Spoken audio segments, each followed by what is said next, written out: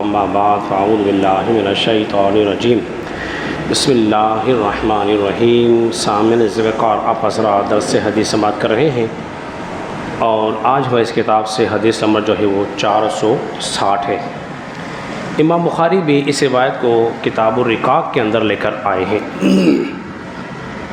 حضرت سیدنا انس بن مالک رضی اللہ عنہ کے مرویات میں سے یہ روایت ہے۔ فرماتے ہیں نبی کریم صلی اللہ علیہ وسلم نے ارشاد فرمایا، اے اللہ، زندگی تو آخرت کی زندگی ہے۔ حضور نے دعا فرمائی کہ زندگی تو آخرت کی زندگی ہے۔ حضور نے کیوں ارشاد فرمایا تھا؟ ہوا یہ کہ جب غزوہ تبوک ہوئی اور غزوہ احد اور غزوہ احزاب جب ہوئی، جسے خندق بھی کہا جاتا ہے، تو آپ کو معلوم ہے کہ خندق کھودنے میں کتنی مشقت کا سامنا انسان کو کرنا پڑتا ہے۔ دھوپ، گرمی کا موسم، تو صحابہ کرام کو بڑی مشقت ہوئی۔ انہوں نے کہا کہ ہم نے رسول اللہ صلی اللہ علیہ وسلم کے ساتھ یہ عہد کیا ہے، جب تک ہم زندہ رہیں گے ہم رسول اللہ صلی اللہ علیہ وسلم کا ساتھ نہیں چھوڑیں گے، جب تک رہیں گے آپ کے ساتھ رہیں گے۔ نبی کریم صلی اللہ علیہ وسلم نے اپنے صحابہ کو سے ارشاد فرمایا کہ صحابہ، یہ جو مشقتیں ہیں یہ عارضی ہیں، یہ ختم ہو جائے گی، اور اصل زندگی تو آخرت کی زندگی ہے۔ چونکہ دنیا فانی ہے، اس نے ختم ہی ہو جانا ہے۔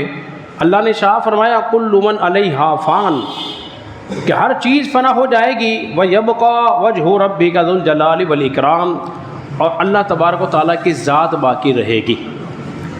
جب یہ دنیا ہی فانی ہے تو اس کی نعمتیں بھی فانی ہوئیں، اور کل ہم نے بتایا تھا یہ جو نعمتیں اللہ نے دی ہیں ہمیں بطور استعمال کی دی ہیں۔ اب اس کا استعمال آپ کے اور میرے ہاتھ میں ہے کہ اس نعمت کو کس طرح استعمال کرنا ہے، اپنی مرضی سے استعمال کرنا ہے یا رب کی مرضی سے استعمال کرنا ہے۔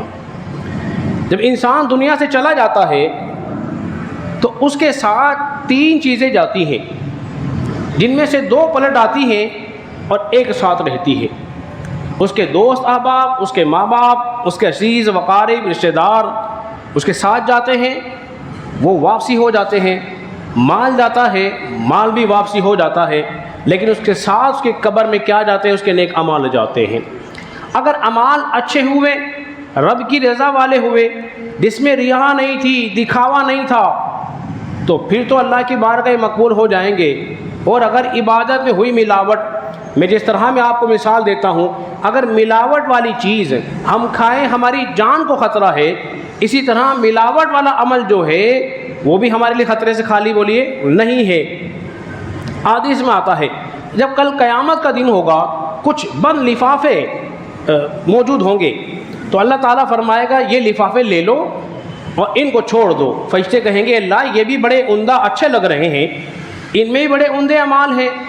اللہ تبارک و تعالیٰ فرمائے گا یہ اعمال میرے لیے نہیں تھے، یہ اعمال تو دنیا کو دکھانے کے لیے تھے، تو جو عمل دکھانے کے لیے ہوگا وہ رد ہو جائے گا، جو اللہ کے لیے ہوگا وہ قبول ہو جائے گا۔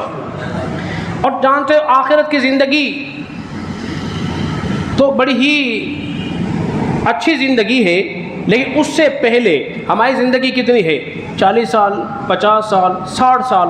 اگر آدھا حصہ تو ہم نے سو کے ہی گزار دیا، 10-15 سال تو ہمارے بچپن لڑکپن کے نکل گئے، تو پھر بچا ہی کیا؟ پھر ہم نے ہر ایک کو ٹائم دیا، بندگی کے لیے کیا ٹائم نکالا؟ تو آپ ذرا کیلکولیشن کریں تو ہماری زندگی انتہائی مختصر لگتی ہے۔ اور جب کل قیامت کا دن ہوگا، فی یوم کان مقدار 50,000 سنہ، 50,000 سال کا دن ہوگا۔ کتنا دن ہوگا؟ 50,000 سال کا دن ہوگا۔ اب وہ اس میں کتنی مشکلاتیں ہوں گی؟ یہ 50 سال کی زندگی میں کتنی مشکلات ہیں، اگر اعمال اچھے نہ ہوئے تو پھر کتنی مشکلات ہمیں وہاں اٹھانی پڑے گی۔ تو لہذا حضرات گرامی، زندگی مختصر ہے۔ میں بار بار مثال دیتا ہوں کہ زندگی برف کی مانند ہے، پگھل رہی ہے۔ اگر کسی کام میں آ گئی تو ٹھیک ہے، ورنہ تو پھر اس کے تو ضائع ہو جانا ہی ہے، یعنی کہ اس نے تو پگھل ہی جانا ہے۔ آخری بات کر کے اپنی گفتگو ختم کرتا ہوں۔ جو آخرت کی زندگی کو بہترین زندگی بتاتے ہیں، اس لیے کہ آخرت میں موت نہیں ہے، جو آخرت کی زندگی ہے جو یعنی کہ جنت میں ہے تو اس میں تو موت ہے ہی نہیں، وہ تو پرسکون زندگی ہے۔ دوسری، اس میں غم نہیں ہے، پریشانی نہیں ہے، تکلیف نہیں ہے، اس میں آرام ہی آرام، راحت ہی راحت اور دائمی زندگی ہے۔ تو کیوں نہ ہم اس زندگی کو فکر کو چھوڑ کر آخرت کی فکر کی تیاری کریں، تو انشاءاللہ تبارک و تعالی ہماری یہ زندگی بھی اچھی ہو جائے گی اور وہ زندگی بھی اچھی ہو جائے گی۔ اللہ رب العزت کی بارگاہ میں دعا ہے اللہ ہم سب کو سمجھنے کی توفیق